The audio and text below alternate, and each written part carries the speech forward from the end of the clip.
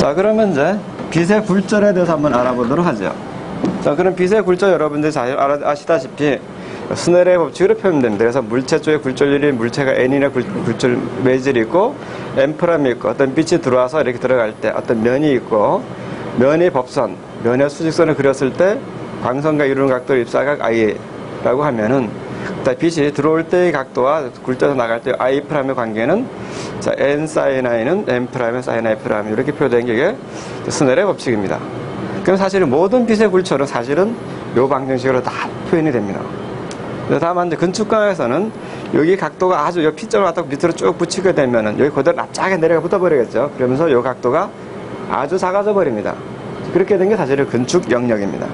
자, 그렇게 되면은 스넬의 법칙 아까 한번 썼으면 ni는 n' ui' 되고 이걸 갖다 정리를 하게 되면 사실은 굴절 방정식이 빛이 광축에 올라오는 각도를 원래 건축각이라고 하고 이런 나라에 가서 이 각도를 건축각이 되는데 이건 입사광선의 건축각, 이 각도는 굴절 후 광선의 건축각 또는 경사각, 영어로 슬로프 앵글로 많이 쓰게 되는데 슬로프 앵글로 쓴다면 이건 입사할 때 경사각, 출사할 때 경사각 이렇게 됩니다.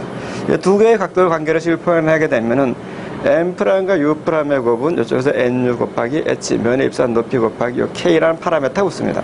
이 K라는 파라메터 우리가 면의 굴절능이라고 하는데 이 굴절능은 빛을 갖다 꺾어주는 능력을 나타냅니다. 그래서 이 면의 경우는 입사측의 굴절률 N, 상측이 M' 이렇게 되어 있을 때 면의 곡률 반경을 이걸 R이라고 하죠. 여기 R이라고 하면은 K는 R분의 M'에서 이렇게 정의되어 있습니다. 그래서 굴절이 크다는 것은 빛이 보면은 이렇게 들어와서 꺾여서 가게 되는데 각도 차가 꺾이는 각도가 바뀌는 거죠. 이 각도가 커진다는 뜻이 됩니다. 그리고 이 굴절능의 경우는 이제 단위를 갖다가 디옵터 즉을 단위를 쓰는데 미터 단위로 계산된 굴절능이 디옵터입니다. 그래서 예를 들어서 이 R이 1m고 1.5 하게 되면은 자, 결국 그때는 계산하면은 0.5라는 값이 나오죠. 그죠? 그럴 때 우리가 여기 0.5 디옵터가 됩니다. 그럼 굴절 방정식은 이렇게 이제 입사할 때 건축 n과 u의 곱과 여기 m', u'의 곱은 높이 곱하기 굴절능 이렇게 되어 있고 이 식을 바꿔놓게 되면은 결상 방정식이 됩니다. 결상 방정식은 A에서부터 여기까지 거리를 L이라고 하는데 여기까지 거리를 물체 거리 L, 여기서 여기까지 거리를 상거리 L'하면 L분의 N과 K를 더하게 되면 상거리 L', M' 되는데 결상 방정식입니다. 그래서 이걸 제가 유도하는 과정은 다 생략하는데 그냥 바로 결과식만 일단 정리를 해 두었습니다. 그러면 의미를 해석해 본단 말이죠. 먼저 자, 굴절의 법칙은 면의 법선을 기준으로 요각이 I면 빛이 굴절된 뒤엔 I' 요각이 된다. 그 관계가 이렇다는 뜻입니다. 그 다음에 굴절 방정식은 어떤 면이 있는데 빛이 들어오는 각도로 봐가지고 광축과 U라는 각도로 이루면서 빛이 들어오게 되면 요 면을 지나서 U'이라는 각도로 나가게 되는데 그 두 개의 각도에 이런 관계가 된다. 즉 입사각과 굴절각의 각도를 관계를 표시하는 것이 굴절 방정식입니다. 결상 방정식은 이것은 면으로부터 L 되는 거리에 물체를 두었더니 상이 여기서부터 L' 되는데 생기더라. 즉 물체 위치를 표시한 겁니다. 그래서 사실은 이거나 다 똑같은 굴절 방정식, 굴절이 나타나는데 이것은 입사각 I와 I' 관계를 표시한 것이 스넬의 법칙. 그 다음에 입사할 때 광축이 이루는 각도, 건축각과 나올 때 이 관계를 표시한 것이 두 번째 굴절 방정식.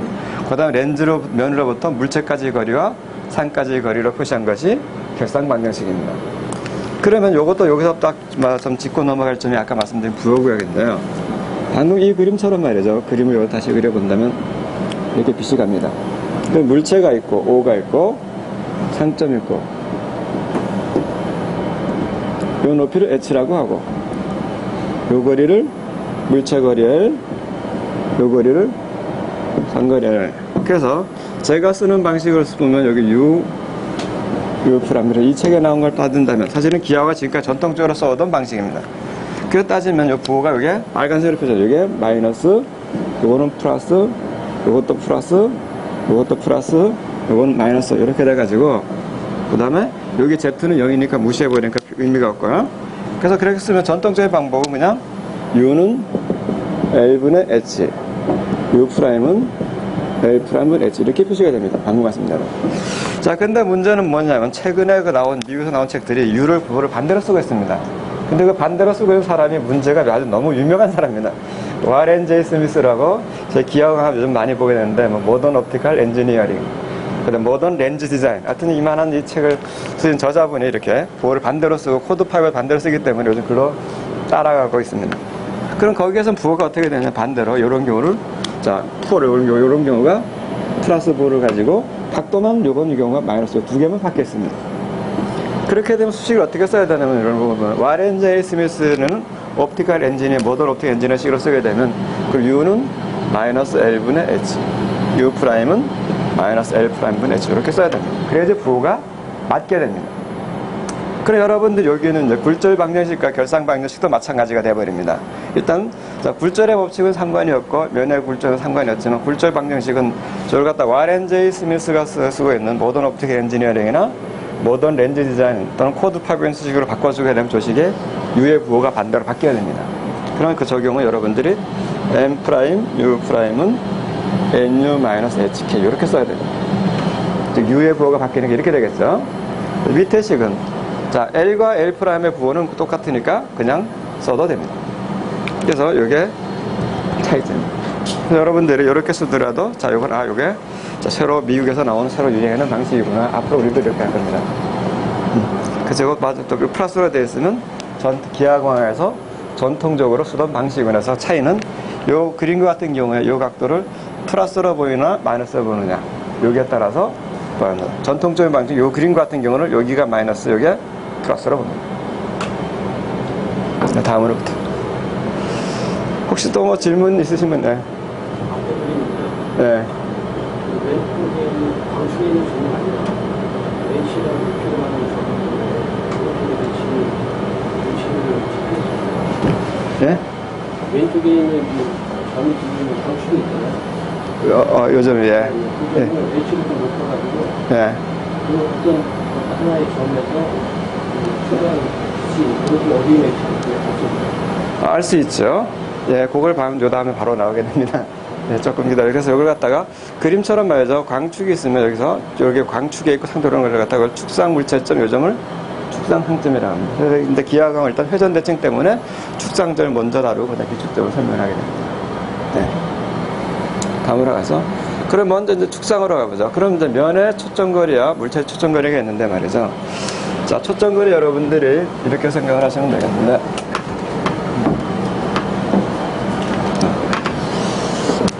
요 뒤에 특이점이라고 나옵니다만 어떤 렌즈가 이렇게 있으면 말이죠.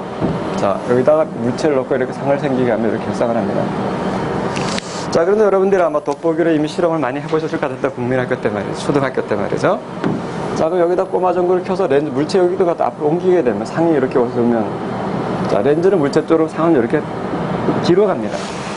반대로 자, 렌즈로부터 물체를 멀리하면 상은 앞으로 당겨집니다.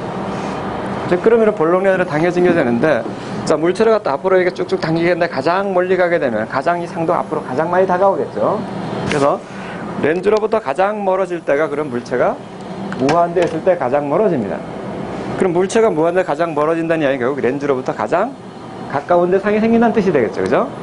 그럼 예를 들면 그래서 그럼 가장 멀리 있을 때 그럼 렌즈로부터 가장 가까운 데의 빛이 이렇게 모이고 요점을 갖다가 이 렌즈의 제2초점이라고 합니다. 그래서 이 면의 경우도 마찬가지인데 면이 하나 있으면 자 여기에 물체가 상이 있습니다. 그래서 면을 갖다가 앞으로 물체를 앞으로 가게 되면 상도 앞으로 이렇게 따라옵니다. 그럼 물체가 점점 가서 무한대에 가버리면 상이 면을 가장 가까운 데 생기겠죠. 그 점을 면의 제2초점, 상측 초점이라고 합니다. 자, 그럼 이 그림에서 여기다 한번 덧붙여 그려본다면 물체가 무한대에 있을 때 빛이 그러면 빛이 꺾여서 여기 들어온단 말이죠. 여기 이렇게 태양광이 들어왔을 때 이 자리에 빛이 이렇게 모이게 되겠고 요 점이 상측 초점이고 면의 정점에서 여기까지 거리를 갖다가 렌즈면의 초점 거리가 됩니다. 그래서 복잡하게 그리는 건 제가 지워버리게 되겠습니다. 사실 녹화를 하고 있기 때문에 제가 이렇게 그려버리면 나중에 녹화 테이프를 보시는 분들 하도 그림 못 알아볼 거거든요. 그래서 가능하면 많이 지우도록 하겠습니다. 죄송하지만. 자, 그러면 이렇게 무한대를 상거리고 그 앞에 여러분들이 결상식에서 생각하시면 됩니다. 그럼 예를 들어 아까 결상식이 보면 L'분의 N'은 L분의 N 더하기 면의 굴절력 K 이렇게 되는데 자, 물체가 무한대로 간다는 것은 L이 결국 이게 무한대로 된다는 이야기죠. 여기에 0이 되니까 그때 우리가 상거리 요걸 갖다가 자, L'을 갖다가 이렇게 정의하면 이게 렌즈의 초점거리가 됩니다. 그렇게 계산해 본다면은 요 식에서 처럼 물체가 무한대일 경우는 상거리는 F'으로 정의한다면 이게 K분의 M' 됩니다. 자, 그 다음에 물체적 초점거리는 반대로 말이죠. 자, 렌즈로부터 점점 다가가면 상이 점점 뒤로 갑니다. 그리고 상이 가장 멀리 가려면 이쪽 가다가 쭉 가다가 점점 가다가 상이 가장 멀리 가서 위치가 무한대까지 가는 게 가장 멀리 가야죠. 그죠? 그러면 어느 점에 오게 되면은 특정한 점에 여기다 딱 오게 되면은 말이죠. 그 점에서 여기다가 예를 들어서 물체를 놓게 되면 빛이 이렇게 나가게 되면 광축이 이렇게 뒤에서 평행해 가버립니다. 즉, 이 점이 무한대 가야 모이게 됩니다. 무한대 생긴다고 볼 수 있죠. 그리고 그럴 때 가장 붙어서 요 점의 위치를 갖다가 제일 초점이라고 하고 렌즈로부터 거리를 갖다가 물체 측 초점거리라고 합니다. 그것도 아마 다음에 설명이 나오고 그래서 아까 결상식에서 물 상거리를 무한대로 여기 무한대로 보내게 되면 요 뒷번 여기 0이 되겠죠. 그래서 여기서 계산하게 되면은 F가 이렇게 주어지게 됩니다. 그럼 요 두 개를 가만히 보시게 되면은 물체적 초점거리 F라 그러면 F고 상체 F라면 부호가 서로 반대겠죠. 크기는 같고 굴절률이 있고 부호가 반대로 되어 있죠. 그죠? 그 특징입니다.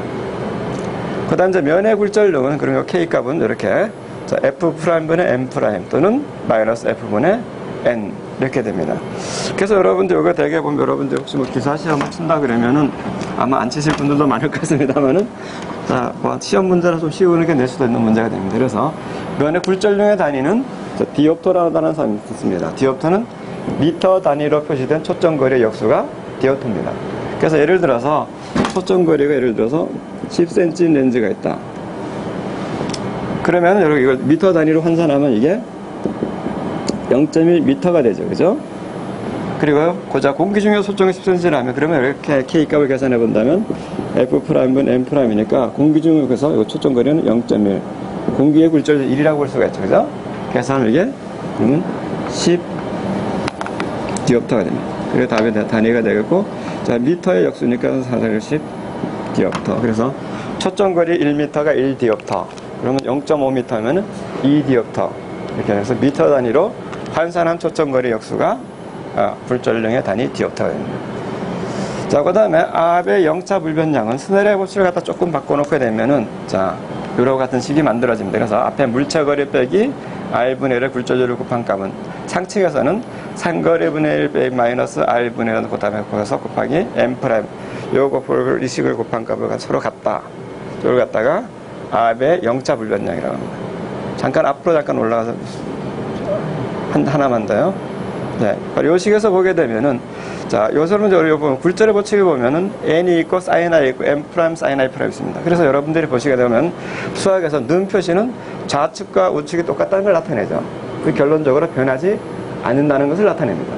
자, 그래서 여러분들이 가만히 보시게 되면은 여기 n은 물체 측 매질의 굴절률이고 i는 입사각이고 즉 n과 sin은 모두 물체 측과 관계되는 물리량들입니다. 그 다음 뒤에 이걸 보시게 되면 말이죠. M' 상측 굴절률이고 I'은 상뒤의 굴절각이죠. 그럼 이쪽 뒤에 똑같은 폼인데 M' sin I' 이건 모두 상측과 관계된 물리량입니다. 근데 여러분들이 보게 되면 두 개가 똑같다는 거죠. 즉 그래서 무슨 이야기냐면 N과 sin I 곱은 물체 측이나 상측이나 똑같다. 즉 변하지 않았다 이렇게 됩니다. 그래서 이렇게 광학 결석에서는 굴절된 뒤에 말이죠. 물체 측과 상측이 서로 값이 변하지 않고 똑같은 값이 되면은 이런 값을 우리는 불변량이라고 합니다. 즉 n sin i 곱은 이때나 굴절된 데가 똑같죠. 이게 불변량입니다. 그래서 스넬의 법칙은 항상 성립하니까 이걸 그냥 불변량이라고 합니다. 자, 그런데 스넬의 법칙을 근사하게 되면은 각도가 아주 작다고 하면 말이죠. 그러면 ni는 m' i' 즉 sin i를 i로 근사하고 sin i'를 근사하면 이런 식이 만들어집니다. 그럼 이렇게 되면 이것도 마찬가지로 이쪽 모든 물체 측의 양이고 이쪽 모두 상측의 양인데 똑같으니까 불변량이죠. 불변량인데 이런 것들은 근축광학에서 성립하는 불변량을 우리는 근축 불변량이라고 합니다. 그러니까 실제로는 여기가 성립하고 사실 각도가 작을 때만 여기가 성립하죠. 그죠? 그렇지만 각도가 작다면 이상적인 광학계가 되고 그때 성립 불변량이라서 이걸 근축 불변량이라고 합니다. 그럼 스넬의 법칙을 갖다 약간 모양을 바꿔놓게 되면 이렇게 바꿔놓을 수가 있고 그 다음으로 놓은 거죠. 그거 갖다 약간 물체 측 한쪽을 모으고 상측 모으게 되면 사실 이것도 모두 물체 측과 상이 똑같고 이것도 근축 불변량 하나입니다. 그래서 이걸 또 마찬가지로 의미를 본다면 스넬의 법칙을 갖다가 약간 바꾸는 겁니다. 그래서 여러분들 아까 스넬의 법칙을 갖다가 예를 들어서 세 가지 표현인데 각도로 표현하게 되면 n sin i, m' sin i고 그 다음에 입사각과 굴자 잠깐 앞으로 다시 더 하죠. 다시 반복해서 U와 U 프라임 간을 표시하게 되면